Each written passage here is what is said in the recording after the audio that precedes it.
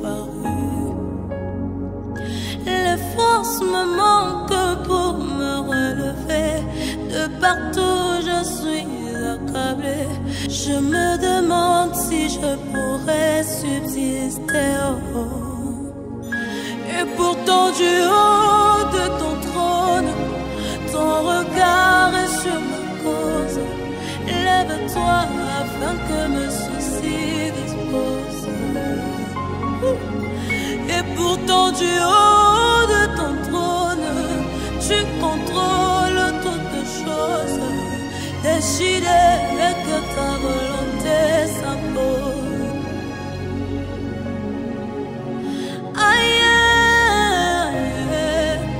aïe, aïe. Voici un jardin.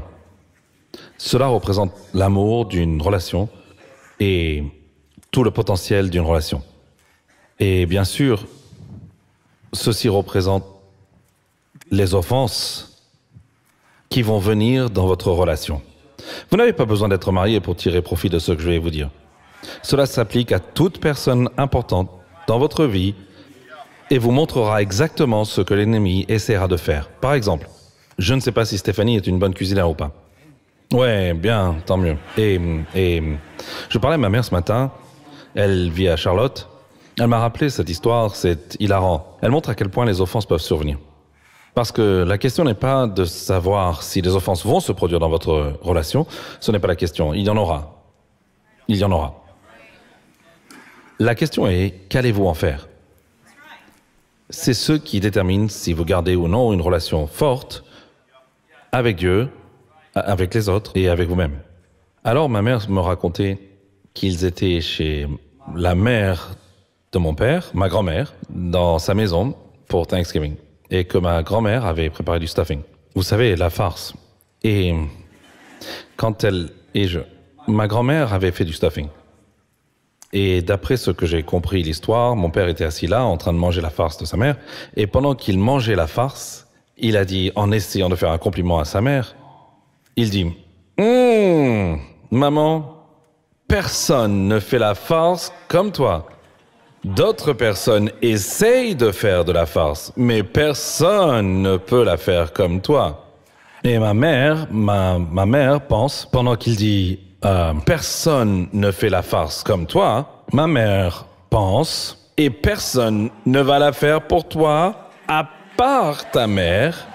Alors tu ferais mieux d'inviter ta mère au prochain Thanksgiving si personne ne fait la farce comme elle. Ma mère a dit, je n'ai pas fait de farce à cet homme à Thanksgiving pendant les 6 années qui ont suivi.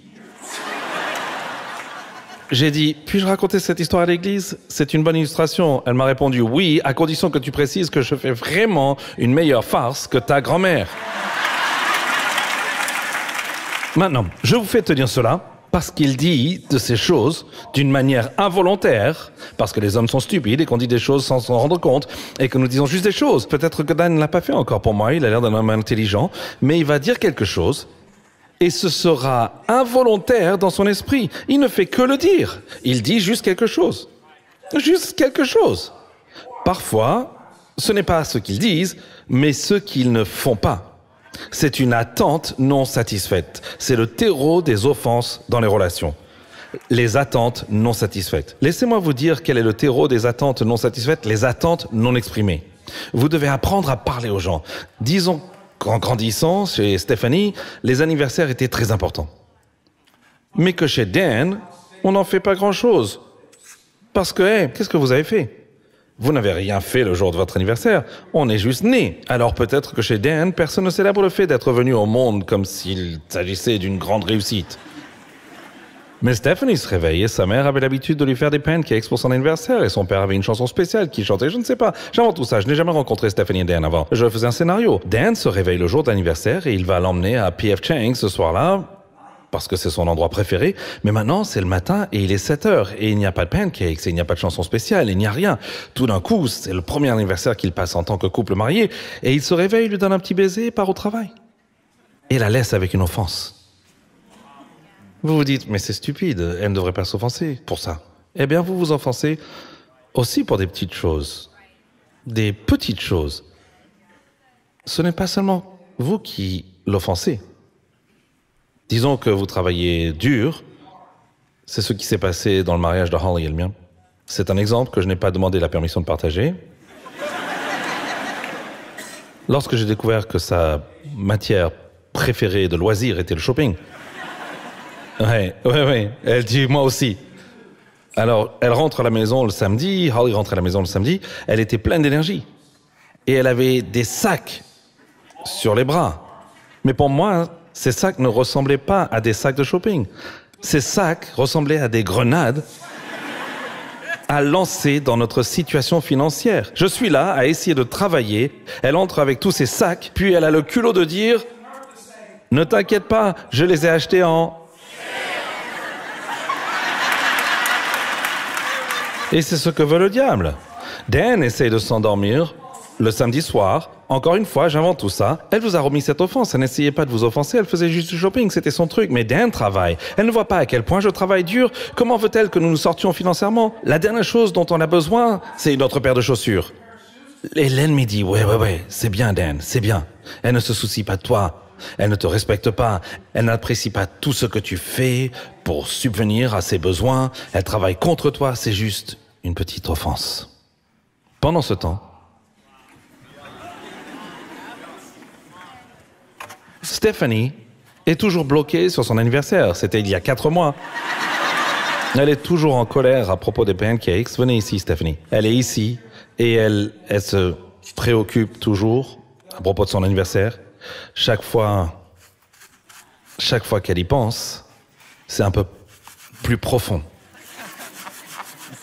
Elle l'enfonce à chaque fois qu'elle y pense et qu'elle le revit, qu'elle pense à ce qu'il a dit, à ce qu'elle a fait et ce qu'ils n'ont pas dit. Il n'a pas fait attention à moi. Il ne m'apprécie pas. Cela n'a fait que l'enfoncer davantage. Le mariage va vous donner, parce que c'est la relation la plus intime. Et plus la relation est intime, plus le potentiel d'offense est infini. Vous allez avoir un million d'offenses, de petites offenses. Et si vous n'apprenez pas à les gérer, parfois, la chose que vous aimiez chez elle quand vous sortiez ensemble vous rendra fou maintenant que vous devez vous réveiller avec elle tous les jours. Sans vouloir offenser Stephanie, je suis sûr qu'elle est merveilleuse. Vous êtes comment? Pourquoi direz-vous cela à propos d'elle? C'est vrai pour tout le monde. Voici comment un prédicateur de campagne l'a dit. Il a dit, avant le mariage, les opposés s'attirent. Après le mariage, les opposés s'attaquent. Amen. C'est comme ça que le prédicateur l'a dit. Je sais que c'est un petit peu lourd. C'est comme ça qu'on sent les offenses, mais ce n'est pas tout d'un coup, c'est juste une à la fois. Disons, alors, qu'avant le mariage, vous l'aimiez parce qu'elle est mystérieuse et silencieuse, et que cela vous attire.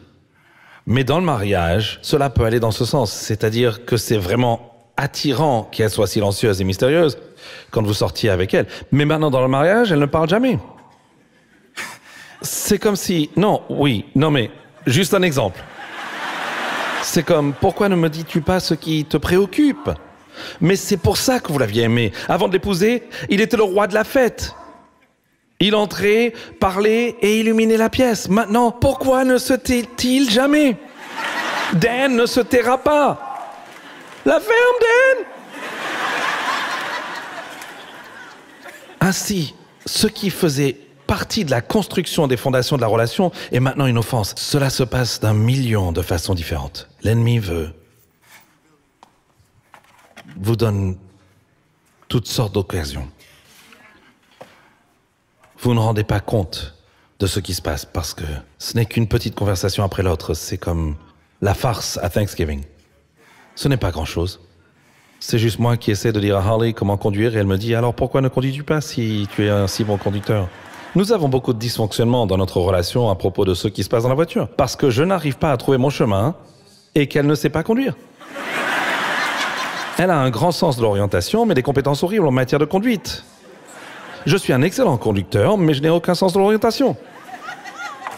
L'autre soir, alors que nous revenions d'un film, pas le film de football chrétien, on était en train d'entrer et elle a failli nous tuer. Et j'étais furieux, car pour moi, elle ne faisait pas attention. Nous en avons parlé plus tard et elle m'a dit « Si tu veux contrôler le fonctionnement de la voiture, il y a un autre siège où tu peux t'asseoir. » La ferme. Raka. Raka.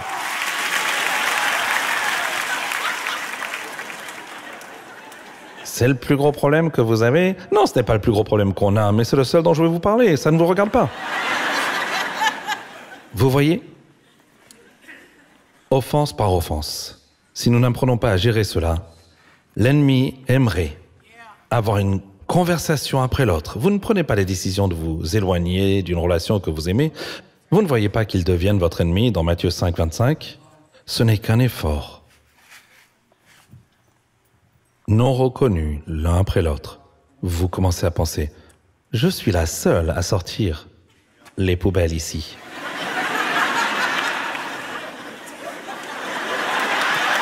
Je suppose que je vais le faire à nouveau, comme d'habitude. Non, c'est bon. Je m'en occupe, c'est bon, pas un problème. Oh ouais, j'adorerais me lever à nouveau pour le gamin au milieu de la nuit. Non, c'est bon, je sais que tu dois travailler. Et maintenant, ce qui n'était au départ qu'une petite offense, voilà que ce que Dieu a uni est séparé à cause d'une offense.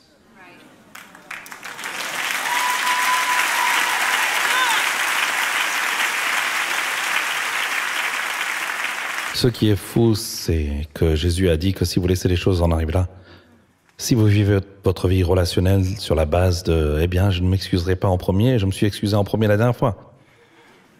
Si vous n'apprenez pas à gérer ces choses, vous vous retrouvez en prison. Ce n'est pas eux que vous emprisonnez, c'est vous. Hey Dan, pourquoi on ne parle plus? Où est passé l'amour? Dan, ça fait 3 ans qu'on n'est pas allé à P.F. Chang's. Vous avez construit une barrière. Le programme de l'ennemi est la destruction, sa stratégie est la division et sa tactique est l'attaque. Heureusement, Dieu nous a donné une autre façon de gérer l'offense. Si seulement nous pouvions trouver un exemple de quelqu'un qui avait le droit d'être offensé, de quelqu'un qui avait le droit de nous en vouloir, de quelqu'un qui avait le droit de se tenir à distance, mais qui a ouvert les bras et a dit: